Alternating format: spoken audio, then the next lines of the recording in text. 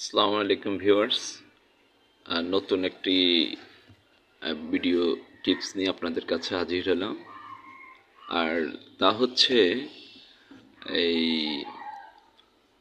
আমরা আমাদের শিশুদের অথবা ছাত্রছাত্রীদের পরীক্ষার আর সিলেবাসটাই পাঠ্য বই পরীক্ষার সিলেবাসগুলো আমরা সবচেয়ে বেশি গুরুত্ব দিয়ে থাকি। আর দেখা যাচ্ছে যে পরীক্ষায় সিলেবাসে যা থাকে আমরা সেসব পড়ালেখা নিয়েই বাচ্চাদেরকে সবসময় ব্যতিব্যস্ত রাখি।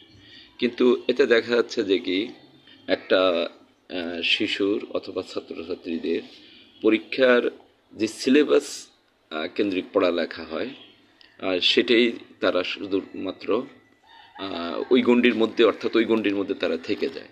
কিন্তু পরীক্ষার আমাদের পাঠ্য বইয়ের এমন অনেক বিষয় আছে যাহা কখনোই পরীক্ষার পাঠ্য অর্থাৎ সিলেবাসের মধ্যে অন্তর্ভুক্ত থাকে না। তো আমরা যখন শিশুদের পরীক্ষা শেষ হয়ে যায় অথবা স্কুল, কলেজ, বিশ্ববিদ্যালয়, এই অনেক ক্ষেত্রে অনেক কারণবশত, অনিবার্য কারণবশত হোক অথবা গ্রীষ্মকালীন, শীতকালীন অথবা অন্য কোনো ক্রাইসিস মোমেন্টে স্কুল বন্ধ থাকুক, কলেজে বন্ধ থাকুক, তো সেই সময়টাতে যদি আমরা সিলেবাসের বাহিরে যে সূচিতে যে অধ্যায়গুলো আছে সেগুলো যদি আমরা তাদেরকে একটু চর্চা করে তাদেরকে যদি একটু ভালোভাবে পড়াই, তাহলে তারা অর্থাৎ যে শ্রেণীতে থাকুক না কেন তারা সকল পড়াগুলোই ভালোভাবে আয়ত্ত করবে। অর্থাৎ ভবিষ্যতে কোনো ছাত্রছাত্রী অন্ততপক্ষে বলতে পারবে না যে আমার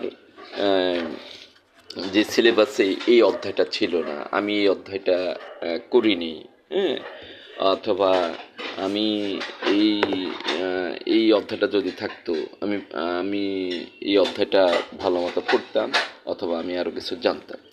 তো এইগুলো যাতে তারা বলতে না পারে অথবা জানার বাহিরে না থাকে, সেজন্য আমরা প্রত্যেকেই অভিভাবকই এই ব্যাপারে সচেতন, শিক্ষকদেরকে, অভিভাবকদেরকে, বিশেষত অভিভাবকদের এই ব্যাপারে একটু সচেতন হলেই আপনার বাচ্চা ভবিষ্যতে দেখা যাবে যে যেই ক্লাসে আছে ওই ক্লাসে পাশ করে উপরের লেভেলে পরবর্তী ক্লাসে উঠলেও তার মধ্যে অন্ততপক্ষে এই দ্বিধাদ্বন্দ্বটা থাকবে না যে আমি এই পাঠটা আমি পড়িনি।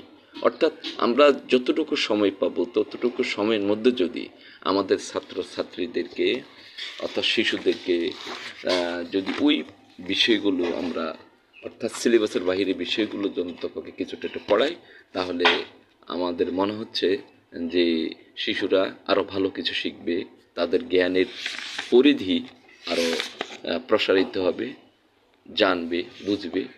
অর্থাৎ ভবিষ্যতে যে কোনো প্রতিদ্বন্দ্বিতামূলক পরীক্ষা হোক তারা সেইখানে উত্তীর্ণ হয়ে বা সফলতার সহিত উত্তীর্ণ হয়ে আসতে পারবে। তো আসুন আমরা সবাই এই ব্যাপারে, সেটা বাংলা হোক, ইংরেজি হোক কিংবা অন্যান্য বিষয় হোক, সকল বিষয়ের ক্ষেত্রে সমানভাবে এই গুরুত্বটাও দিতে হবে। তো এই ধরনের আজ এই পর্যন্ত এই ধরনের আরও নিত্য নতুন ভিডিও টিপস পেতে হলে আমার এই খোলা কণ্ঠ পেজটিকে ফলো দিয়ে রাখুন এবং কোনো কিছু জানার থাকলে তা কমেন্টসের মাধ্যমে জানতে পারবেন। আমাকে প্রশ্ন করুন, ইনশাআল্লাহ আমি জানার চেষ্টা করব। আজ এই পর্যন্তই। আল্লাহ হাফেজ, ভালো থাকেন, সুস্থ থাকেন। আসসালামু আলাইকুম।